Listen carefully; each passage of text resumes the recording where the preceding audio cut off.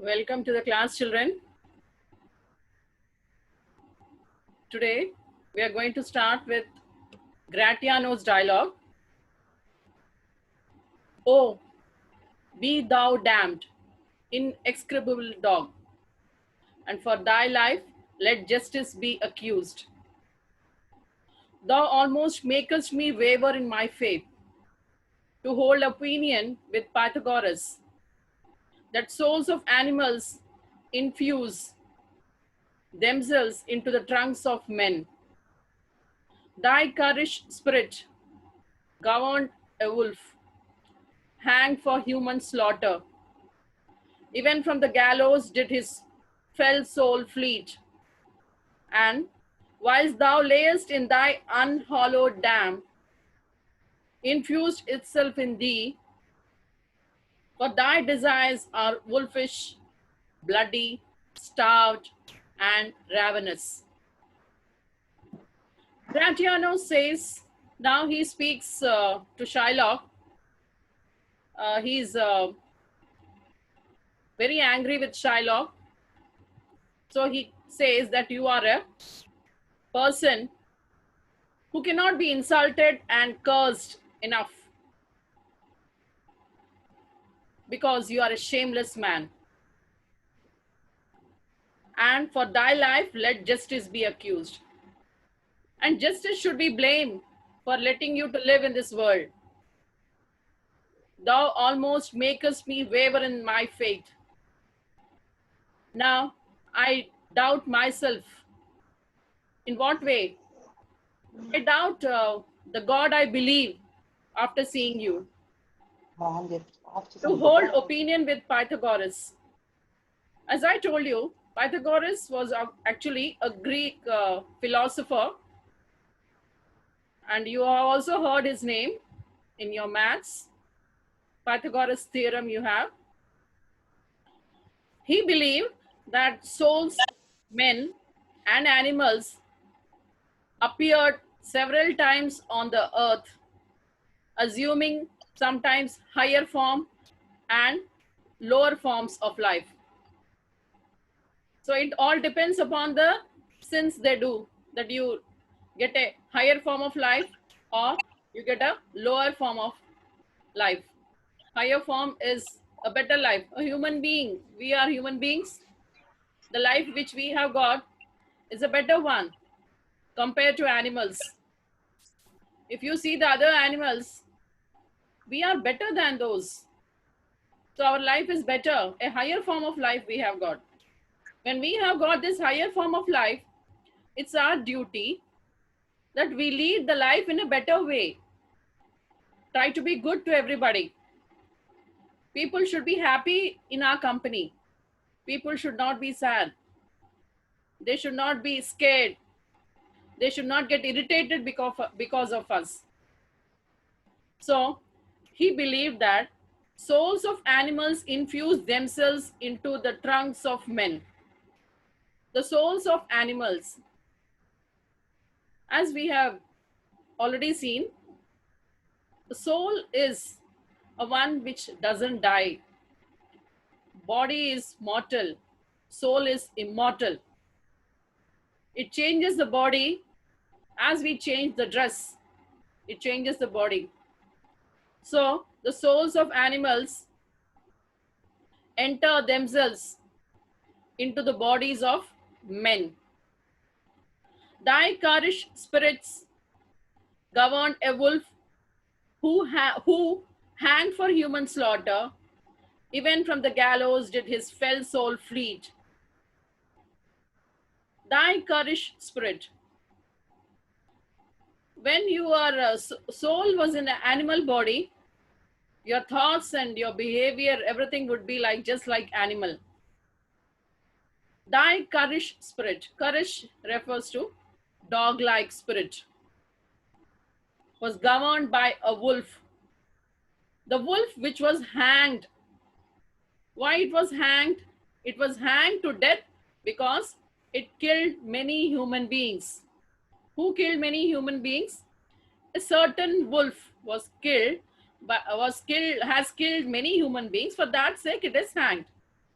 So its spirit comes out from its body. Even from the gallows did his fell soul flee. What happened is directly from where the uh, wolf was hanged, from there. Actually, gallows means it is a structure for hanging the criminals. So where this animal was hanged for killing other human beings, from there, when the wolf died, the soul came out of it directly, and his cruel soul, whose cruel soul? The wolf's cruel soul entered very fast. Where did it enter? And whilst thou layest in thy unhallowed dam, when you were there in your unholy mother's womb, because why he says unholy mother? It's very wrong on anybody's part to say that the womb of the mother, any mother, is unholy. No, the womb of any mother is not unholy. It is a holy place. But Gratiano calls him unholy mother's womb because he is not a Christian. You see how much hatred they had for each other, the Jews and the Christians. So he calls your mother's womb, which is an unholy mother's womb, he says, because Shylock is not a Christian, he's a Jew. So what did it do? It entered into your body. Actually, where Shylock was not born, he was in the womb of his mother. That time, the soul of the wolf which was hanged because it had killed many human beings. So that soul came out of the wolf's body and it entered the womb of Shylock's mother. For thy desires are wolfish, bloody, starved, and ravenous. That is the reason your desires, whose desires? Shylock's desires are wolf-like, bloodthirsty, hungry, and starved. Starved and hungry both. Why Shylock is behaving like that? This is the opinion of Gratiano about Shylock for his wolf-like behavior, cunning behavior, bloodthirsty behavior, or how he's being so greedy. For all that, this is the reason behind. That's what Gratiano feels. Please write that, put a tick mark there and write learn, so that when you learn this, you should be able to do that. Shylock, till thou canst rail the seal from off my bond, thou but offendest thy lungs to speak so loud. Shylock is very cool. He has decided, let anybody say anything, but I'm stubborn. I'm not going to change my attitude, my way of thinking. So he says, until you can use words of abuse, which will only ruin your lungs. Out of anger, when you shout, that shouting becomes like barking. So when you bark out your lungs, when you shout so loudly, the voice seems to come out of your chest from your lungs. And your chest would start paining. Try to recollect and see when you shout and scream very loudly. So he says, Shylock says, that how much ever you shout, it is not going to change. It's not going to remove the real, what you call, the legal seal from my agreement. Nothing is going to change. I'm not going to change my agreement. I will have my penalty. The only thing will happen is you are destroying your own self. Your lungs will pain when you speak out so loudly. Repair thy wit. Come on. Don't destroy yourself.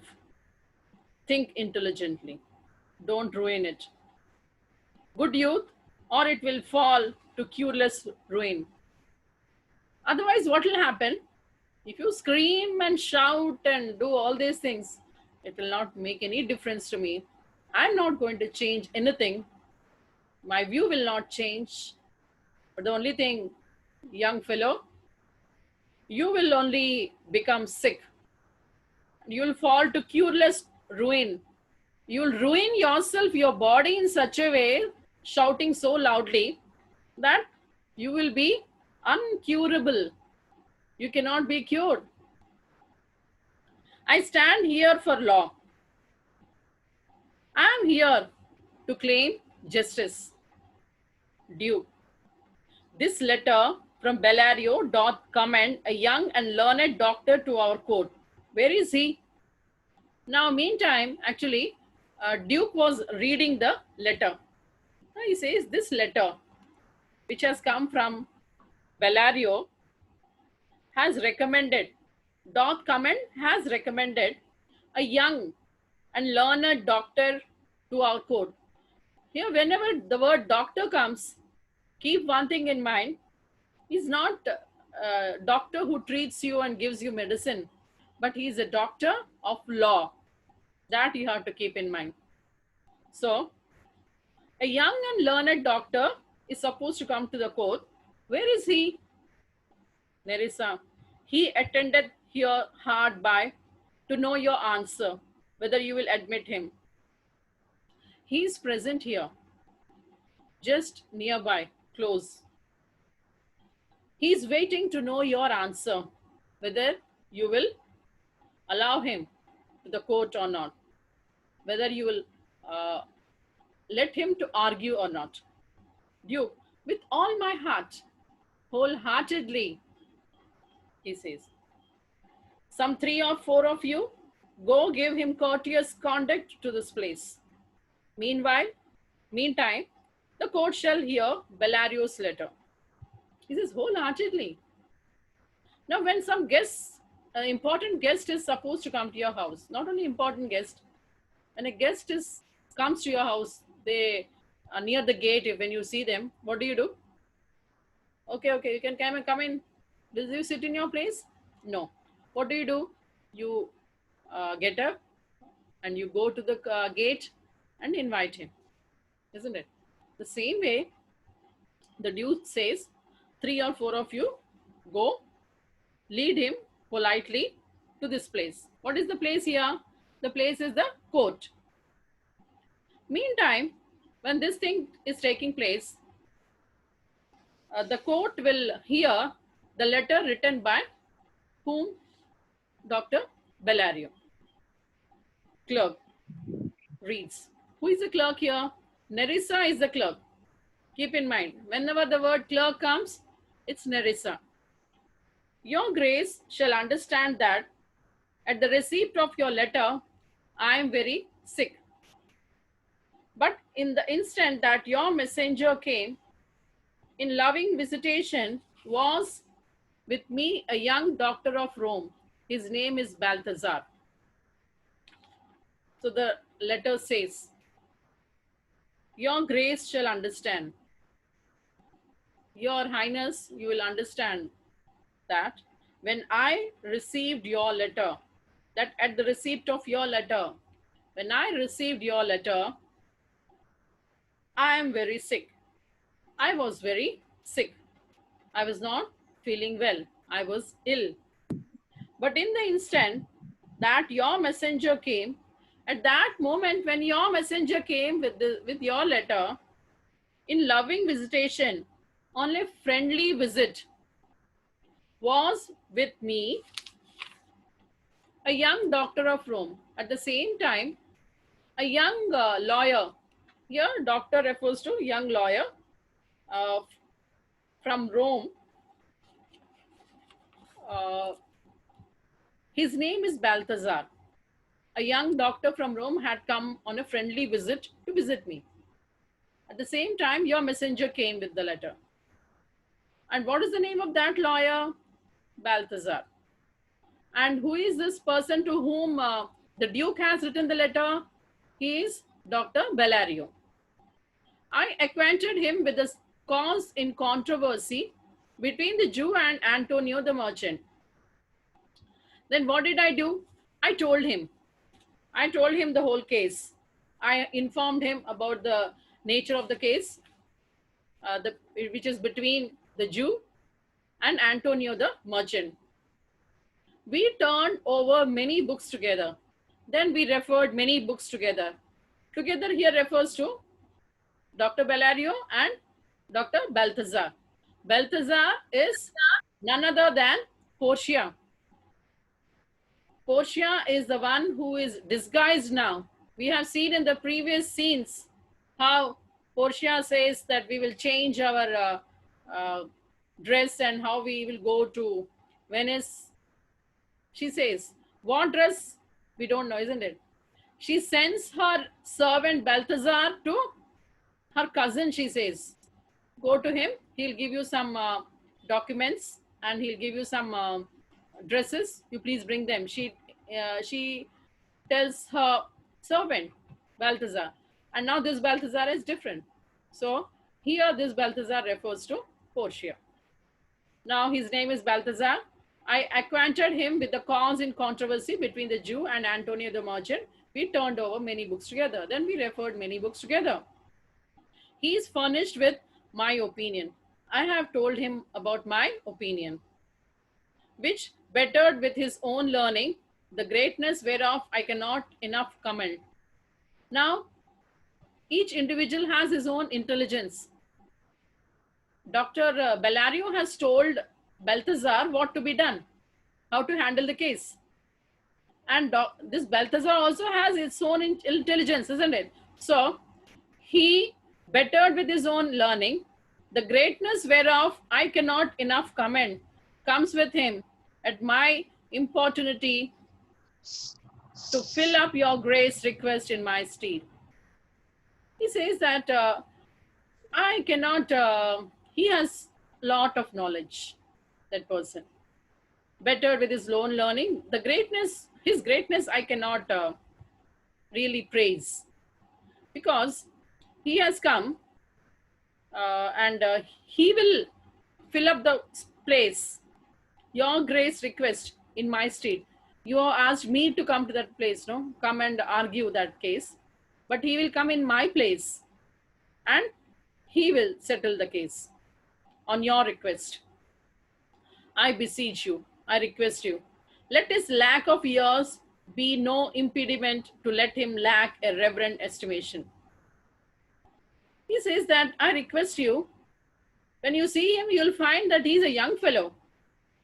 Let that young age not be an obstacle. Not be an obstacle for what? Obstacle that you don't think that he's young man, so he will not be able to handle it. So it should not be an hindrance. It's my request. Lack of years be no impediment to let him lack a reverent estimation. You'll find that although he is young, he can handle the case better. And he knows it how to do it. Let that not be a hindrance. Don't think he's a young fellow, he doesn't know how to manage. He can do. He has enough knowledge for that. And he should be respected for what he is. For I never knew so young a body with so old a head, because I have never seen a young person with such old head. You can't change the head of a person. Old head refers to experience. So although he is a young fellow, but he has lot of experience. I leave him to your gracious acceptance, whose trial shall better publish his commendation. I request to accept him and try him and see how he is managing the things. Then you will yourself know. Try him. And then you will see that how much better he is than my praise. I'm praising now. But when you see him practically handling the things, you will understand how good he is, how better he is than my words of praise. So this dialogue of uh, the clerk, actually this letter also you have to learn thoroughly.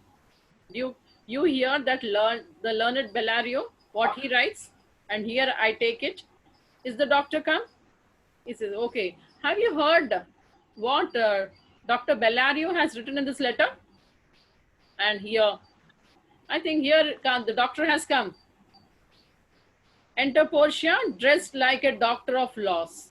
Now, Portia has entered the scene. As I told you, she is dressed as a doctor of law. In a lawyer's dress, she has entered. Give me your hand. Come on, from old Bellario. Give me your hand. Shake hands. Are you from old Bellario? Has old Bellario sent you? Portia, I did, my lord. Yes, my lord. One thing you have to keep in mind is, as I have told you in the beginning of the drama, when we started, that Shakespeare devised the dramas in such a way that the heroine of the drama, the chief character, the female lead character of the drama, used to start as a female, and slowly, after a few scenes, she would change as a male. It becomes the need in the drama in such a way. The drama is written in such a way. Why? What is the reason behind? Because in those days, young girls did not come forward to act in the dramas.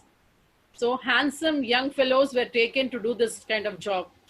For them to act as a woman, as a female, whole drama would be difficult, isn't it? So in the beginning, for some time, they will put on girl's dress and act.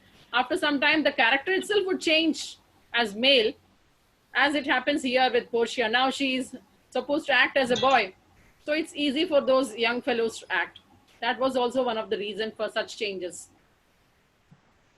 Portia, I did, my lord. Yes, my lord, she says. Duke, you are welcome. Take your place. Are you acquainted with the difference that holds this present question in the court? You're welcome to the court. You can take your place. I hope you know.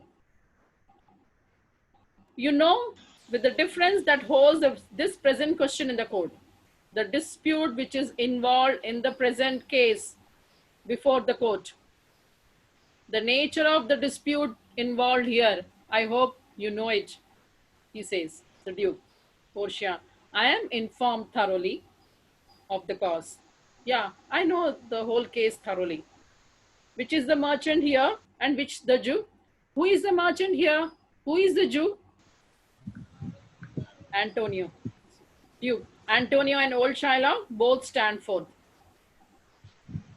Duke says, Antonio and old Shylock, both of you come forward. Portia. Is your name Shylock? Now she looks at Shylock and she says, is your name Shylock? Shylock. Shylock is my name. Yes. My name is Shylock. Portia. Of a strange nature is a suit you follow.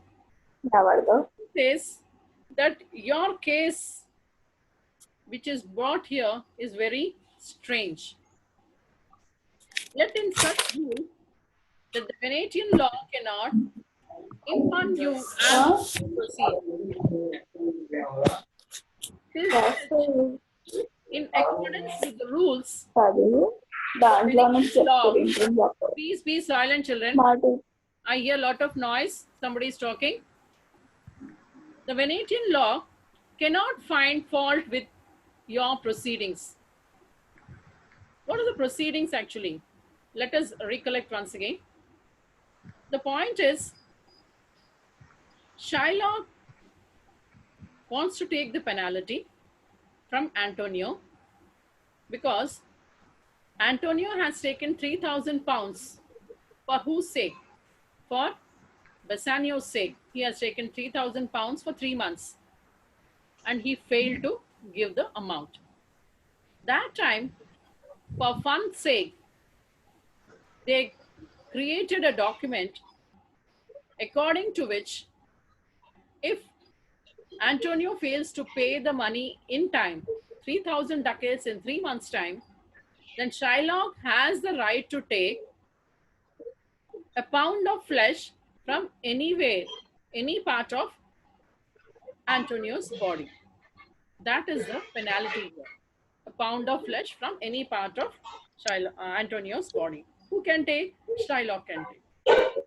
Now, that is what is the written document. Now, if it is written like that, that day Bassanio and Antonio agreed to it. Now they cannot say no. No, I cannot give. How can you say? Because you have already agreed. You have signed the document. In such a case, we cannot find fault with Shylock. That is what Portia says. Now, your proceedings, we cannot say no. Now to Antonio.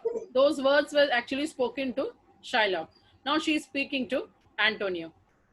You stand within his danger, do you? Do you not? You are in danger because of him. Are you not? She says to Antonio. Antonio, so he says, yes. He says so. Portia, do you confess the bond? Do you agree that you have made this kind of agreement? Antonio, I do. Yes, I do agree. Portia, then must the Jew be merciful? Then the Jew must be merciful, isn't it? Shylock, on what compulsion must I? Tell me that. On what reason is there to show mercy? Can you tell me that? Portia. Now, this dialogue of Portia is very important, children. You have to put a tick mark and write learn, because earlier in the previous batches, this dialogue of Portia was given in the form of a poem. It's about pity, showing pity. The quality of mercy is not strained. Mercy, pity, kindness. It cannot be forced. We cannot force anybody to show pity. Can you force me to show pity? Can I force you to show pity? No. You cannot force anybody to show pity. It droppeth as the gentle rain from heaven upon the place beneath. As the rain falls from the sky onto the ground, it also falls very gently, just like rain from heaven to earth, the place where it falls. It is twice blessed. What is twice blessed? Pity. Mercy is twice blessed. How it is twice blessed? It is twice blessed. It is twice blessed because it blesseth him that gives and him that takes. It blesses the person who shows pity. It also blesses the person who receives it. Both are blessed in one way, because the quality itself is so great that everybody doesn't have that quality. Firstly, everybody doesn't have that quality, so it is a blessing. And the one who receives, because I am blessed with this quality, I show pity to others, that is also a blessing. To receive something is also a blessing. For example, you're very thirsty. You have never given water to anybody in your life. When somebody asks you, and when you're thirsty, can you expect? As you did not give, you cannot expect from anybody. Same way, if you show mercy on others, then only somebody will show mercy on you. Nobody can say that I'm completely independent, I don't need anybody's help, I can do the things on my own. All that shows ego of the individual. Nobody is perfect, nobody is very good, nobody can do anything. in his life. He or she has to take the responsibility of, take the help of somebody or the other. So it blesseth him that gives and him that takes, both of them. It's mightiest in the mightiest. It is the most powerful, most powerful of men. It is the most powerful. That power doesn't come out of showing any strength. That power comes out of showing pity. Do you not consider the one who shows pity as the best person? And you accept their, what do you call, their rule, whatever they say? That is, you are accepting their power. When the one who is showing pity to you, who is very kind hearted, that person is considered very good. He's something taken as a um, best person. And whatever the person says, you are ready to do that. That is, you are accepting. You are accepting that person as a powerful person there. It becomes the throned monarch better than his crown. It is the quality which suits the king. If the king has that quality, suits him more than the crown that he wears. It's a nobler quality in a royal king than the crown which he wears. A king should have that crown quality. His scepter shows the force of temporal power. His scepter actually here, uh, his the any kind of symbol you can say, which is which tells that he is a king. Any kind of symbol. The crown is a symbol which tells that he is a king. There are some things like, some few things are held by those servants around which tell us he is the king. So anything which is a symbol of kingship, all that comes. It is all a temporary one. That power which he gets is temporary. The attribute awe and majesty, the that only tells that it is power and the grandeur is short lived. As long as the king is alive, maybe he can, or he has the power in his hand, he is considered great. Everybody fears that person. Wherein doth sit the dread and fear of kings? Only that fear of the king, and people are afraid of the king only when he is on that chair. But mercy is above this sceptered sway. But mercy is above all these things. He need not be the king of any kingdom. There are people. If you see, Mother Teresa was there. She is considered to be the embodiment of kindness. She took care of all the people, the sick people who were suffering with leprosy or orphans and all that. Anybody, not only Mother Teresa, those who do such kind of things, they rule the hearts of people. A king is there, he may rule only for few years as long as he is there on the seat. You take the King Akbar is there, or the king, what you call, Jahangir is there, Aurangzeb is there. All these people, as long as they ruled, people were afraid of them. They considered them as king. They accepted, they obeyed them. But these people are not like that. Those who serve, those who show a lot of kindness to people, those who help people, they live even after their death. So, having this quality is above all these things. It is enthroned in the hearts. It should be deep seated, deep rooted in the hearts of kings. It is an attribute to God Himself. It is a quality that belongs to God. God always shows mercy to us. That is the reason we are like this. So, and earthly power doth then show like as gods when mercy seasons justice. The earthly power, the earthly power which we have on this earth, this quality, when it is given to the king, if he has this quality of showing mercy, then what will happen? He becomes something like God. When mercy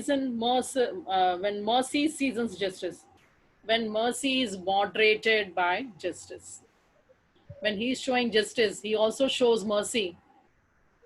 Surely things would change. He would become godlike, divine person. People would be more. People would praise them more. So, therefore, Jew, though justice be thy plea, consider this. So she says, therefore, Jew, although justice is your plea, you are asking for justice, but consider this, but also think about it, that in the course of justice, none of us should seek salvation. If we were to be judged according to the strict justice of God, none of us would be saved. We would not get salvation. Salvation, moksham, you can say. We would not get that. Because every mistake we do is counted by God. And don't you realize that the small mistakes which we do surely makes us realize we face the same thing later in some stage of our life? Don't we realize that? Many times we do realize. Maybe you're young, as you grow old, you'll realize such things. Oh, I did this mistake. Such a thing happened. I behave like that. Same thing I'm facing now. So let us not be so strict in judging things. Dialogue should not say, I want only justice. I want only my penalty. No, he should show mercy. If we don't know how things are going to change. If God also does the same thing, he takes a balance and he starts weighing your good things and bad things, good deeds and bad deeds, then there is no chance for salvation in our life. Never you'll get salvation. As we change, God gives you various opportunities in life that you will change. You do a mistake, he gives another chance. Okay, correct yourself. He gives another chance. You correct yourself. This goes on. Thinking that one time or the other you would change in life. And God is waiting for such a change. So, we do pray for mercy. That same prayer doth teach us all to render the deeds of mercy. We pray to God. We pray to God that show mercy on us. Oh God, show mercy. Then only I'll be happy. Isn't it? Same prayer which we are making to the God should teach us that we should also show mercy to others.